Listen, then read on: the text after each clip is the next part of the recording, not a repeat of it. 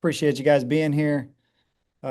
Just quickly recap last weekend. We've talked about this. Felt like we did a nice job just going on the road and controlling what we needed to control and a lot of good stuff on the film, a lot of stuff that we got to get better from, but proud of the guys and the focus of and going and just getting a good road win and doing the things really and just the preparation, like I've told them, and it just carries into this week is just new week, new plan, continuing to just dive into the details of everything we do, right? How you do one thing is how you do everything. And we just got to continue to do that and trust our preparation, trust our process, and then the game will get here when the game gets here. I'm looking at SEMO this week, another, road game challenge. Always, it's kind of like a home week schedule for us. We do everything in-house. And so looking forward to it. Look forward to this game every year when it gets here. I think it's been well documented. I got a ton of respect for Coach Took, really just as a man and who he is. Obviously, he coached me and we've went through all of that, but um, always well coached, always play hard, and looking forward to it. We'll go ahead with questions now. Bucky, if you want to start us off.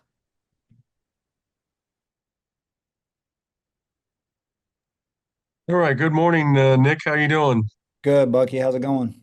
Hey, going all right here. The first thing I want to ask is, one more thought about last week. How good was it to see the running game do what it did, and to get the number of chunk plays you got out of both it and the passing game? Yeah, I think, last week you asked the question about the running game. Each game's a story of its own. The plan to win will change based on what we feel like we've got to do a great job as a team to win the game. And so, um, you know, not necessarily by design, but in the second half, kind of shortened up the game, went on some longer drives or the one real long drive, almost 10 minutes, running the football. So a lot of things we got to clean up in the run game too. Left some plays out there. We got to just keep on growing in every aspect. Obviously, taking care of the football and not giving away possessions. And yeah, I was proud of multiple guys got carries. Each one of them are a little bit different. Created a spark for us. Obviously, SEMO doesn't have Paxton De La Renta under quarterback anymore, but what did they do offensively that kind of concerns you? Yeah, I wouldn't, when you look at it, they're just going to be well coached. It's going to be a physical minded team. We've played this long enough. Our quarterbacks have come and gone. Theirs have too. And so it's just about, diving in, preparation. They do a few different things offensively that are kind of unique with some personnel packages and different things, but quarterback does a nice job. He was recruited there for a reason, won the job for a reason. Got a really good skill at wide receiver, two really good backs, physical offensive line. So I think it's just about us, diving into the details, continuing to be. I think our defense has done a great job of getting into the right calls, being, where they're supposed to be, and then just playing extremely hard, running to the football. Speaking of the defense, Vinny Pierre seems to have acquired a knack to be around the football here these last couple of weeks. Couple of interceptions, a forced fumble. What is it about a guy like that where it just seems like he knows where he has to be? I mean that's for everybody, right? The plays are going to find yourself when you're in the right spots doing your job. And I talk to our team a lot. Vinny might go a couple games, the ball doesn't find him, and CJ or one of the corners makes plays. It's about just getting lined up. I mean, it sounds pretty simple, but the great players know how to get lined up. They can clear the clutter. They're going to stay focused on their job each and every play, and they just do their assignment. When the ball finds them, then they can go make plays. And I mean, Vinny's doing a really good job. He's come a long way. I mean, just seeing the progression. This is a developmental sport. I mean, we got here, he was 17 years old, played some special teams for us as a true freshman, and has just grown each and every year. And so proud of those guys. And Vinny, I think has shown great ball skills on both of those picks the last 2 weeks too. Those could be PBUs but going and high pointing the ball 2 times, coming down with it's been big. Thanks, Nick. All right. All right, let's go to Joe now. Thanks, Dom. Hey, Coach, what's up? What's going on? Hey, working on a feature on your Bash brother linebackers, Colin and Andrew. Can you speak to?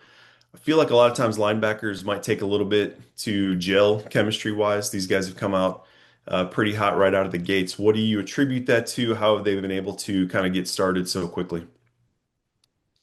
Yeah, I think, we could talk a lot. I think number one, their preparation. I think Coach Mack does an unbelievable job with those guys. I think if anybody had an opportunity to come and just spend a week with that room and the intensity of every minute of the day, the amount of hours that they put up that are just in here. I said that after Andrew Bame, in week 1 and 2, talking about him, like I can tell you I'll walk down the hall here this afternoon, getting through some of the media stuff and watching tape, and it'll be Andrew Bame. I mean, we team meeting at 7 in the morning this morning. Got a cup of coffee, went down to Coach Frame's office. I think it was 6:32. Andrew Bame in there by himself, looking at the monitor, watching tape. Colin Bohannick is a captain who's done this consistently everywhere he's been. And then I think Chris Presto could be in that mix as well. He brings a physical presence on the edge. They all run to the ball. So they got a lot of time on tax too. I mean, Bame was here last year in the room, but then just spring ball, summer, fall camp, and now getting game action together. They do a good job. And kind of, at least Colin and Andrew have been through adversity, kind of on their own, but also pretty similar. Would put on your player hat again if you could. Does something like that, when you've got a teammate that has been through similar adversity, does that make it easier to gel in terms of that bond, kind of having that shared experience? There's no doubt. There's no doubt. I think as you get older and you grow in this game and you return from injury, there's a different perspective. There's respect, I think, amongst each other, that when you see the guys that just work in the dark per se, of like, man, last year you walk down there and those two guys spent, while everybody's practicing and games are going on, you know, those two guys were on our team last year and not playing, didn't play in this game, but they were on our sideline and they were leaders. And so I definitely see that. I see that throughout our whole team, just the respect that they have for those guys, why they voted them captains is that right there. I mean, both of them out for the season last year, but just seeing their commitment to the work, showing up to meetings, taking notes, being there to coach people up on the sideline. Just the attention to detail. You don't see that in everybody. Just kind of, hey, can't wait for this to be over. Not really locked in on the season. Doesn't really know the game plan because they're not in it. Those guys just prove that they're built of the right stuff. And last question, has there been a moment, I mean, I know the Purdue game, but where you saw maybe a tackle or a hit in the hole or a pressure where you said, man, these guys are back, that kind of got you jacked up on the sideline? Yeah, I think it's more when you go back and watch the tape as a coach. Obviously in the flow of the game and stuff, you see the plays and stuff, but when you can go back as a coach and watch all 22 from different angles, and you just see the attention to detail. I mean, whether it's flowing to fit and just having their eyes in the right spot, recognizing a formation, being there before, just dissecting the play. And then you have a real appreciation, I think, as a coach, when you can see that all, coming together. And so, but yeah, I mean, I'm glad they're both on our team. Thanks, Coach. Appreciate it. All right, let's go to Jake now. Hey, Coach, how are you? Jake, what's up, man? Good return here. A great return. So I want to do a little story on the history of the rivalry here, and I know you were in it as a player and a coach. What does this rivalry mean to you compared to some of the others that your other opponents your team will play this season? Yeah, I think with obviously with Coach Took and myself, it probably more so as a coach, we've kind of rightfully so brought this rivalry back. Whenever I was a player, I think we only played them maybe twice. I think in '04 and '05, I was a redshirt in '04, '05. That was, I think, the first game I ever played in, but there wasn't much buildup or anything to that game um, when we played them early in the season. But as far as a player, you didn't hear, it just, so I think it was good. Coach Tuke and I had talked about that, just how, Big Ten teams do it. Obviously, the location of the schools being close. I mean, we treat it as a home game. We eat pregame meal here. We get on the bus. We'll probably have a shorter bus ride this week than we did last week, staying in Paducah and going to Martin. So it's just really a built-in rivalry. And then being able to have, some really good games that make rivalry games what they're supposed to be. I think it's kind of taken off here in the last, 6 or 8 years. How much emphasis has there been to try to return the wheel back to campus come this weekend? Well, obviously, that's both of the teams' goal, right? Is to win the game. Like I've told our guys, and it'll be the same for the season. And I've consistently said this as the head coach. Our team knows that too. I think being consistent as a messenger of the team, they don't get many different messages, whether it's, you know, Thomas More, Purdue on the road at UT Martin, rivalry game for a wheel, right? Like if you should be talking about this stuff from winter conditioning through spring ball and everything. Like if you want to play well, there's just a respect of the game of how you got to prepare every single day. Then you're ready for moments and it shouldn't be. Hopefully, we're playing in 8 or 9 weeks and it's week 14. You're not preparing any different for that game in the quarterfinals or the semifinals as you are right now in week 4. So I think a lot of it, for the fans and all of that, trying to create and Coach Tuke and I's conversations is like college, like creating an environment, anything that, and that's why I respect Coach Tuke the most. It's like how can we make the experience for the players better, right? Something memorable. And so these games can create that. And so that's our jobs, right? Is to create lifetime memories and experience for our student athletes while they're here. And so I think that's what this game provides. And finally, I guess, what do you think this game can provide to the region, considering, like you mentioned, both schools are not that far away? Yeah, I mean, it's always well attended. Um, so I'm sure the probably not a ton of hotels, but I mean, because you can drive to the game. So creating a good environment, just like I mean, same thing. I mean, whether home or away, both venues, selling tickets, creating an environment for the local communities, the restaurants, all that kind of stuff. I mean, that's what college football is special about. It's the one sport that can really change the really economic value of your city, right? That many people coming to a town from out of town on one day, so it's good for everybody. And we know a couple years ago, Saluki fans traveled well when you went there a couple years ago. Do you expect more of that this time around? Yeah, they always do down there. I think there's been times we've probably had just as many fans, and so travel well. We had a great group at UT Martin, and so the Saluki Nation will show up. Thanks, Coach. Appreciate it.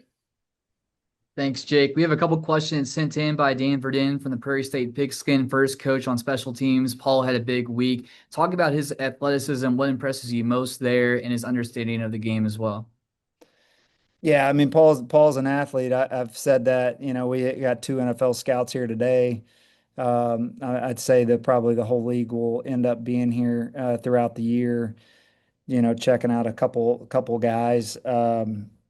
but Paul being on that list, I mean, when you look at his stature, his build, but then we talk about that. I mean, he's really athletic. I think if you would come out and watch us in the summertime in conditioning, or we're doing 110s, or we're doing some longer conditioning, like you would think he plays wide receiver for us, right? And so he's well conditioned. He's a good athlete, and so.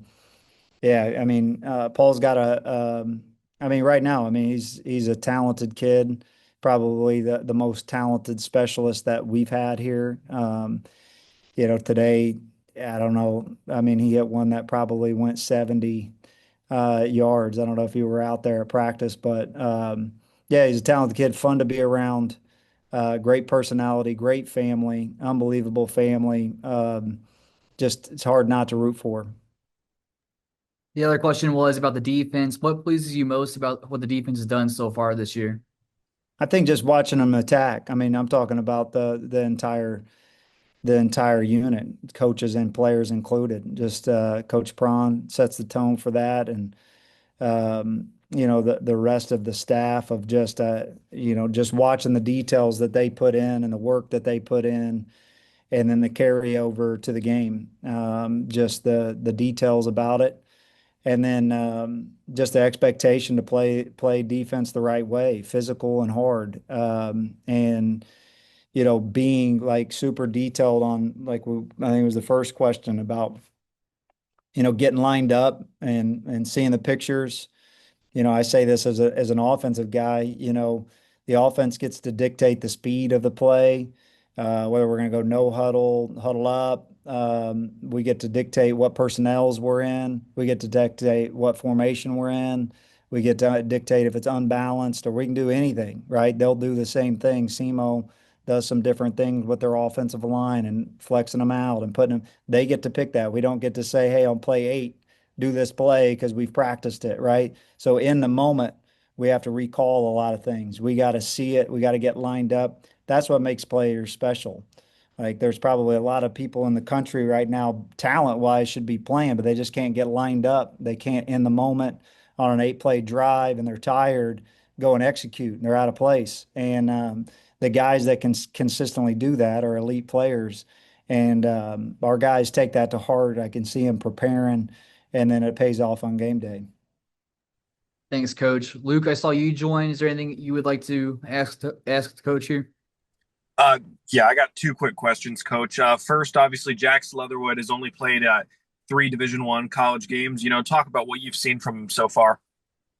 Yeah, I think he around well, and can make all the throws. That's what I said. I mean, he's started at a Division I school for a reason. Got a lot of respect for that for him, the way they go about their offense, and so we'll be well prepared for everything. Watching the tape, understanding his strengths and weaknesses, and understand that we'll probably see a couple things that we haven't seen before, just like every game. And so just diving into the details, I think he's a good player. And last one I got, Coach, real quick. Talk about Coach Tuke has been talking about this rivalry. It's not something he preps for the week of. He watches a quarter with his team just about every month through the summer, leading up to it, trying to instill, what this rivalry means, the magnitude of it. Talk about long term. What is your War for the Wheel prep like? Is it something similar? No, not as far as like watching a quarter all season long. But I like I've told our team, Coach Tuke has a job to get his team ready to play. I have a job to get my team ready to play. I think that, playing in the Missouri Valley, we have lots of these games. And I got a lot of respect for Coach Tuke scheduling NDSU and the non-conference and going up there, having a vision. We have to do that, every other year. And so it's it's something that we definitely respect, the rivalry, the games in which we've played. They beat us last year at home. And so I think we're 5-4 in this series as in my 9 years. And so, but yeah, I think our guys will be ready to go. They'll play with passion. They'll care about it. Um, But my messaging is not the wheel, but how do we play continuous great football, right? And game four is no different than game one or game five or game seven. Each game will continue. I mean, if we start looking ahead, I mean, we have number one, number two, number four, number seven on our schedule. And we've already played a Big Ten school.